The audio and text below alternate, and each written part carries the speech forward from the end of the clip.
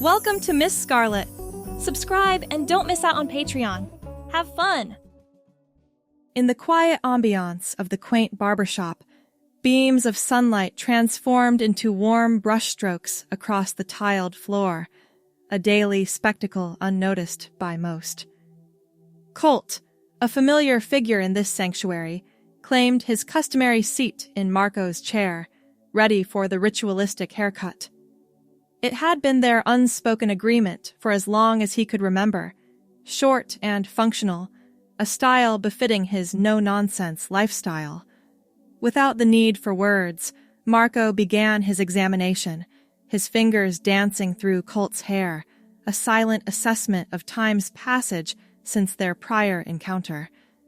It was a comfort, this routine, especially in Colt's frenetic life, filled with ever-looming deadlines and the infinite demands of his profession. But today, a sudden shift in their familiar choreography. Marco, with a purposeful rotation of the chair, captured Colt's attention, his eyes reflecting a newfound determination. "You know what? I have an idea." Colt glanced up from his phone. "Your face shape. It's perfect for something different. I'm thinking a pixie cut, but with some feminine touches. It would frame your features beautifully." The suggestion hung in the air. Colt blinked, unsure if he'd heard correctly. In 7 years, Marco had never once suggested anything beyond minor variations of the same conservative cut. "A feminine pixie cut?" Colt repeated, setting his phone down. "Isn't that for women?" Marco waved dismissively. "Styles are fluid these days. Trust me, your bone structure is wasted on this boring cut you've had since college." He gestured to Colt's reflection. "Those cheekbones, the soft jawline, you could pull off something much more interesting." Colt studied his reflection, the same face he'd seen every morning, yet suddenly viewed through Marco's professional assessment. His brown hair did look dull, lifeless. Maybe a change wouldn't be terrible. "What's the worst that could happen?" Marco grinned. "Hair grows back, right?" "Okay." The word escaped before Colt fully processed it. "Let's try something different." For 40 minutes, Marco worked with focused precision, scissors snipping, comb guiding. Chunks of brown hair fell around the chair. With each cut, Colt felt a strange lightness, both physical and something deeper, as if Marco was cutting away more than just hair. "Almost done," Marco murmured, stepping back to assess his work before making a few final adjustments. When Marco finally spun the chair to face the mirror, Colt froze. The person staring back bore his features, but looked remarkably pretty. The brown hair now shaped his face in a completely new way, shorter at the back, but with longer, wispy bangs swept to the side, softening his forehead. The sides were closely cropped, but not severe, creating a delicate frame that highlighted his eyes and cheekbones. "What do you think?" Marco asked, clearly proud of his work. Colt tilted his head, watching his reflection do the same. The cut was undeniably feminine, yet somehow it looked right, as if his features had been waiting for this style all along. "It's different," Colt managed, running his fingers through the shortened locks. "Really different." "But good different, right?" Marco insisted, brushing stray hairs from Colt's neck. "Yeah, good different." The walk home felt surreal. Colt caught glimpses of himself in store windows, each reflection a small shock. By the time he unlocked the apartment door, he'd grown accustomed to the lightness around his neck, but not to the transformed face that kept appearing in reflective surfaces. "Whoa! What happened to you?" Tessa, his roommate of 3 years, looked up from the couch where she'd been reading. Colt ran his hand through his hair self-consciously. Marco got creative. Too much? Tessa set her book down and circled him, evaluating from all angles. Not too much. Actually, it's kind of amazing. You look softer. It suits you. It's pretty feminine, Colt admitted. That's what makes it work, Tessa replied. You've always had these delicate features hiding under that boring businessman haircut. Later that evening, after dinner, Colt found himself staring at his reflection in the bathroom mirror. The longer he looked, the more he wondered what else might change with his appearance. On impulse, he wandered into Tessa's room. Hey, can I ask you something weird? Colt leaned against her doorframe. Tessa looked up from her laptop. Those are always the best questions. Would you mind if I borrowed some clothes, just to see something? 20 minutes later, Colt stood before the full-length mirror in Tessa's bedroom, wearing her light pink blouse with delicate floral embroidery and a pair of white skinny jeans that miraculously fit his slim frame. The combination with his new haircut was startling. He barely recognized himself. Holy shit, Tessa whispered from behind him. You look gorgeous. The blouse draped perfectly across his shoulders, the color bringing warmth to his complexion. The skinny jeans emphasized his naturally narrow hips. With his new haircut, the overall effect was unmistakably feminine. I need to try something, Tessa said suddenly, disappearing into the bathroom. She returned with her makeup bag. Just the basics? Colt hesitated only briefly before nodding. Tessa worked methodically. Foundation, blush, mascara, a touch of eyeshadow, and finally, a soft pink lipstick. When she finished, she stepped back with a satisfied smile. Look at yourself, she urged. The transformation was complete. The person in the mirror wasn't Colt anymore. Not entirely. Someone new looked back. Someone with Colt's brown eyes but framed by mascara-darkened lashes. Colt's lips but softened with pink. Colt's features but harmonized in a completely different arrangement. I look like a woman, Colt whispered, unable to look away. You look beautiful, Tessa corrected. What should I call you when you look like this? The question caught Colt off guard. A name. This person in the mirror deserved a name. Kaylee, he said, the name emerging from somewhere deep and previously unexplored. When I look like this, I'm Kaylee. Nice to meet you, Kaylee. Tessa grinned. Want to go somewhere? The night is young. Go somewhere? Like this? Why not? There's a cocktail bar downtown where nobody knows us. The idea was terrifying and exhilarating in equal measure.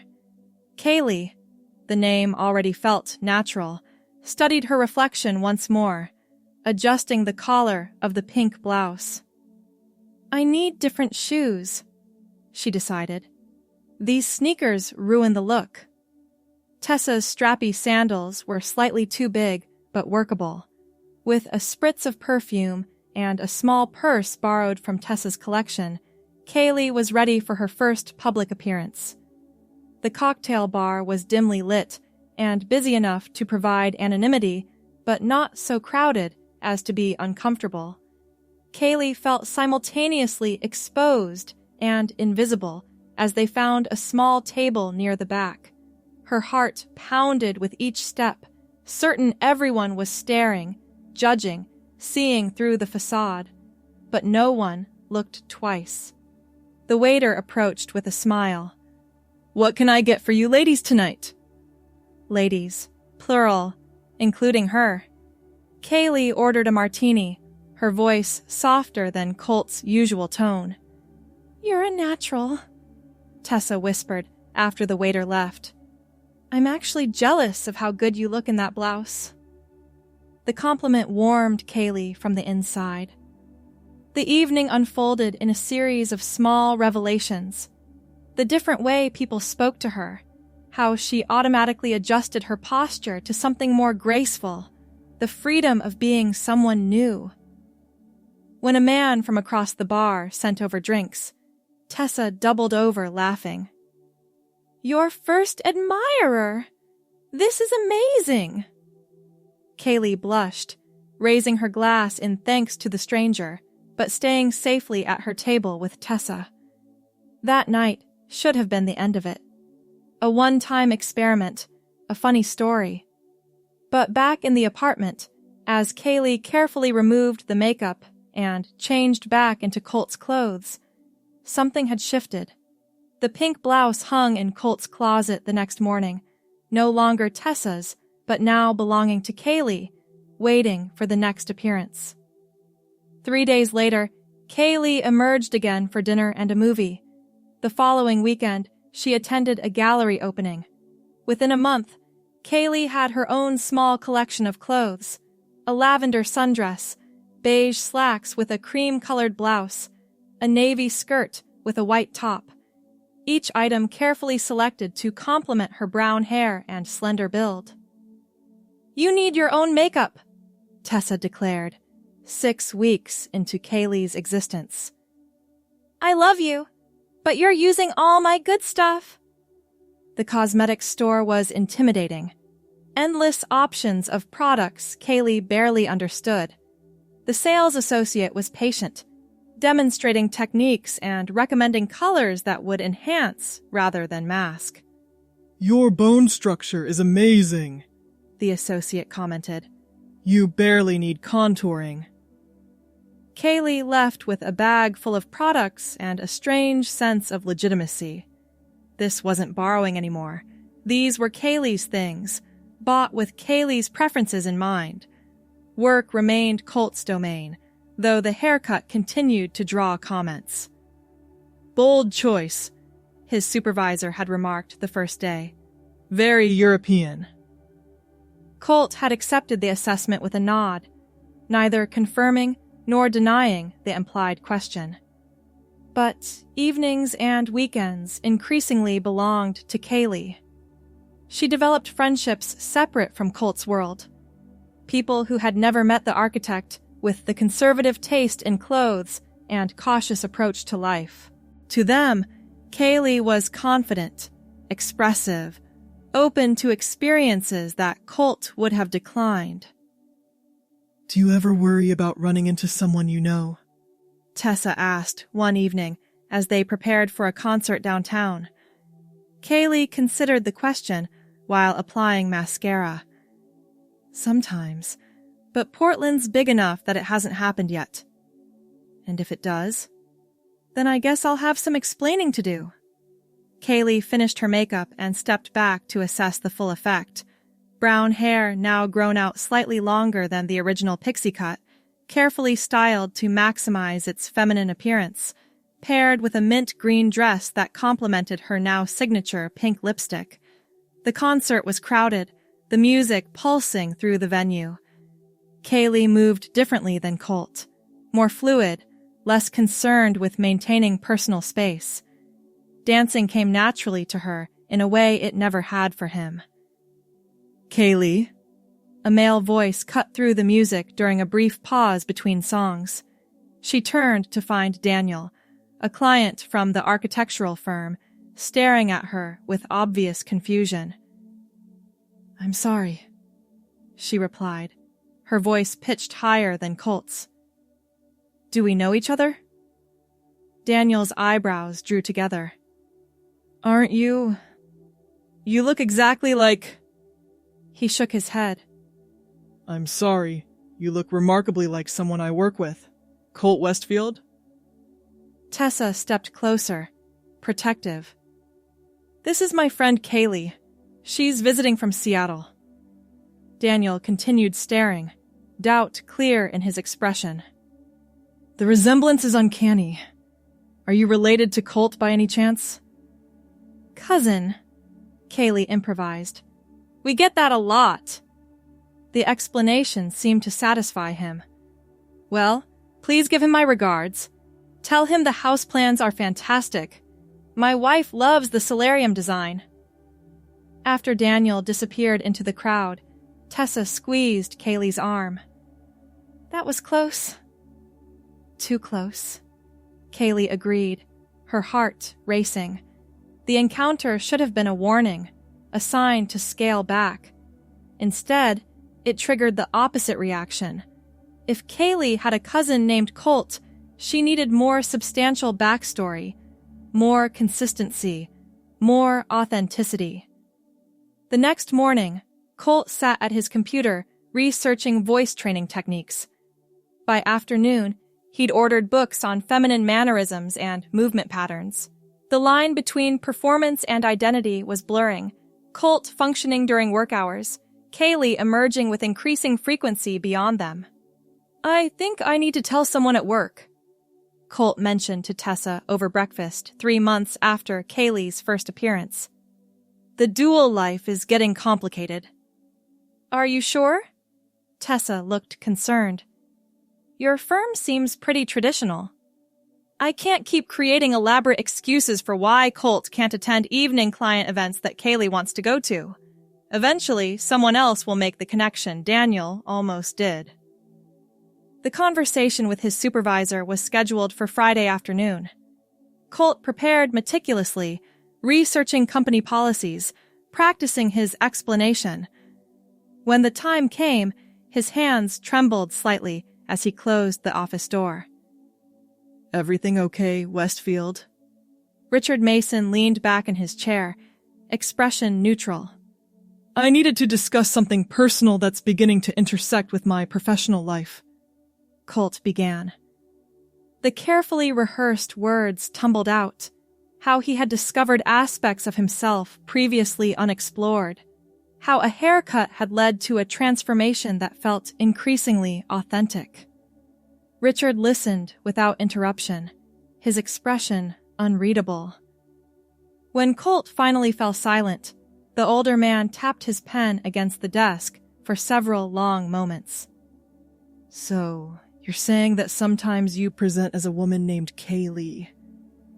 Yes, more and more frequently outside of work. And you're concerned about client interactions where these identities might overlap. Exactly. Colt exhaled, relieved at the matter-of-fact summary. Richard nodded slowly. We value your work here, Westfield. Your designs are exceptional. Your client relationships solid. He paused. The firm has no official policy on this specific situation, but our non-discrimination clause certainly covers gender expression. The conversation continued. Practical considerations, professional expectations, gradual transition plans. By the end, Colt felt lighter than he had in weeks. Thank you for your understanding, he said, rising to leave. Westfield, Richard called as Colt reached the door.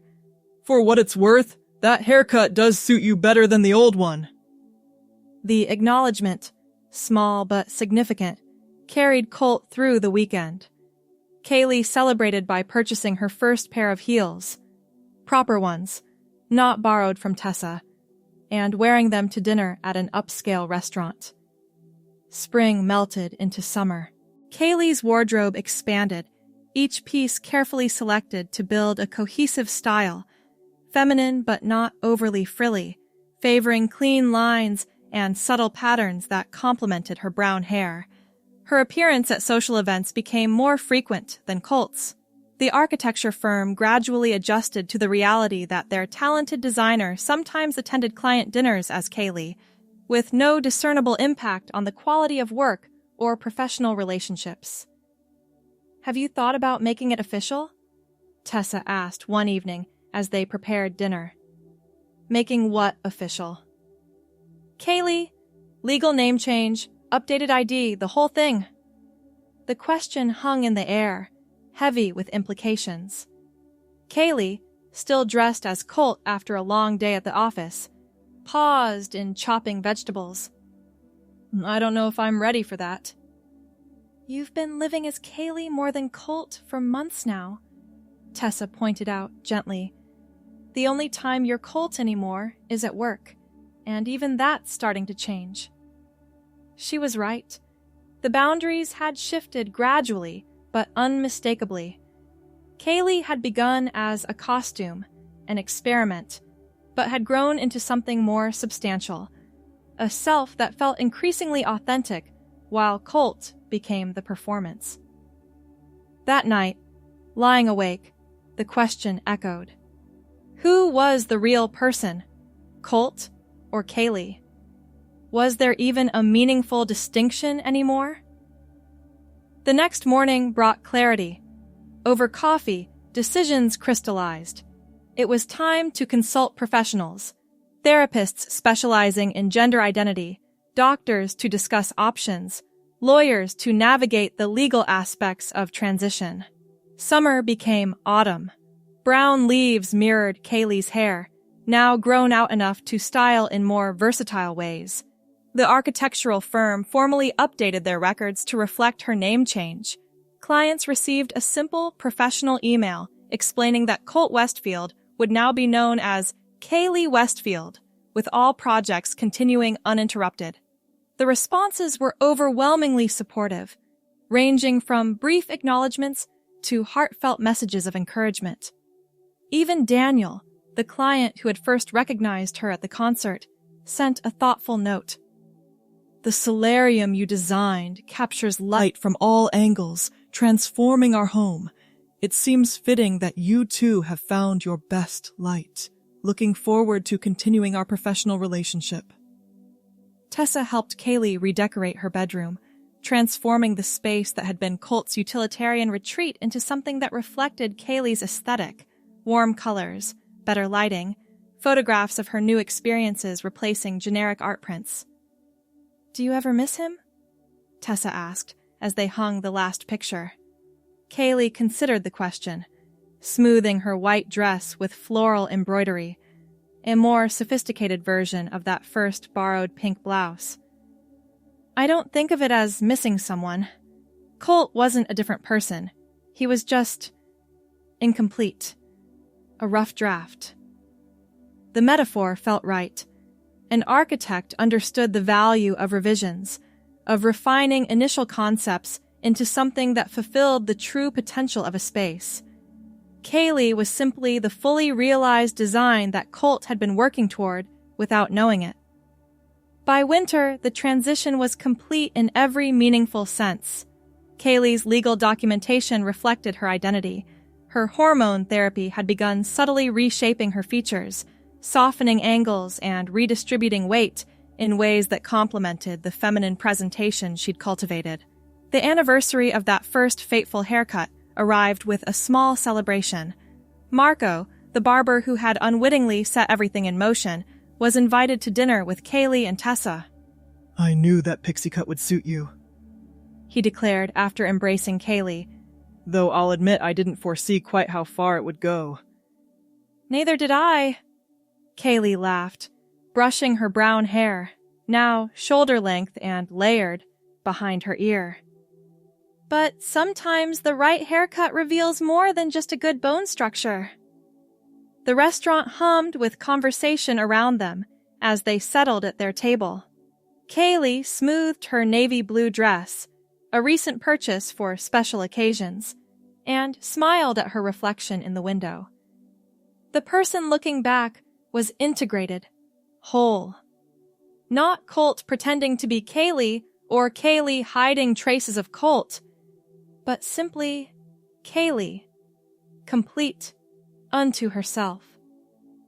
To new beginnings, Tessa proposed, raising her glass. And to the courage to embrace them, Marco added. Kaylee clinked her glass against theirs. To finding yourself in unexpected reflections. The evening flowed with laughter and stories. Tomorrow would bring normal routines, work deadlines, errands, perhaps dinner with friends. But even the ordinary now carried the extraordinary knowledge that Kaylee was living authentically. Each day an affirmation of the self she had discovered in a borrowed pink blouse and a pixie cut that had framed her face better. As snow began to fall outside the restaurant windows, Kaylee excused herself to the restroom. Standing before the mirror, she studied her reflection. The brown hair now styled in soft waves, the dress that complemented her figure, the subtle makeup enhancing rather than masking her features. Everything aligned, inside and out. A year ago, Colt had walked into a barber shop expecting nothing more than a routine haircut. Instead, Marco's scissors had cut away more than hair. They had snipped the first thread in an old, ill-fitting garment, allowing it to unravel so something more authentic could be woven in its place. Kaylee smoothed her dress, reapplied her lipstick, and returned to the table where her friends waited. The snow continued falling, covering the city in a clean white blanket, nature's way of demonstrating how beauty emerges when we allow ourselves to be transformed. Spring arrived with new projects at the architectural firm. Kaylee's reputation had grown, her distinctive approach to spaces attracting clients who appreciated the balance of functionality and aesthetics. Her office window overlooked the park, now vibrant with new growth. The Harrison project needs final approval, her assistant mentioned, placing a folder on her desk. They're particularly pleased with the bedroom suite design. Kaylee opened the folder, reviewing the renderings of a master bedroom she'd designed for a couple celebrating their 30th anniversary. The space balanced masculine and feminine elements, creating harmony through thoughtful integration rather than rigid separation. "Schedule the final meeting for next week," she replied, "and include the material samples for the accent wall." After her assistant left, Kaylee stood by the window, watching people traverse the park paths below. Her reflection in the glass showed a confident woman in a cream-colored blouse and tailored burgundy slacks, brown hair now long enough to be gathered in a stylish updo for professional settings. Her phone chimed with a message from Tessa. "Dinner tonight to celebrate? Just heard your project won the Regional Design Award." Kaylee smiled, typing a quick response. "Absolutely. The new Italian place at 7? Wearing that green dress you helped me pick out last month." The workday continued. Client calls, design revisions, budget discussions. Familiar routines now infused with the comfort of living authentically.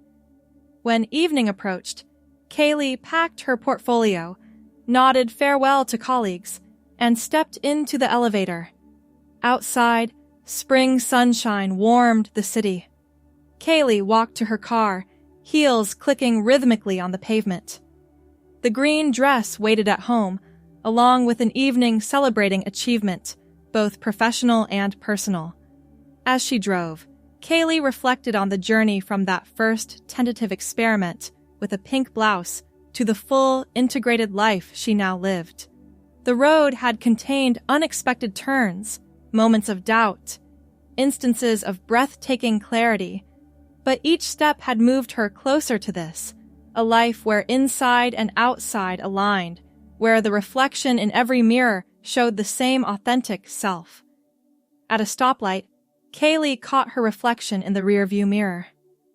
Brown eyes met brown eyes.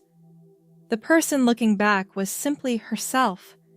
No divisions, no compartments, no performances. The light turned green. Kaylee proceeded forward, heading home to change into her green dress for the evening's celebration. Behind her, the architectural firm stood as testament to professional achievement. Ahead, friends waited to share in her success. And in every moment between, Kaylee existed wholly as herself, the authentic design that had been waiting to emerge all along. Thanks for watching, my girlies! Be sure to check out Patreon for more!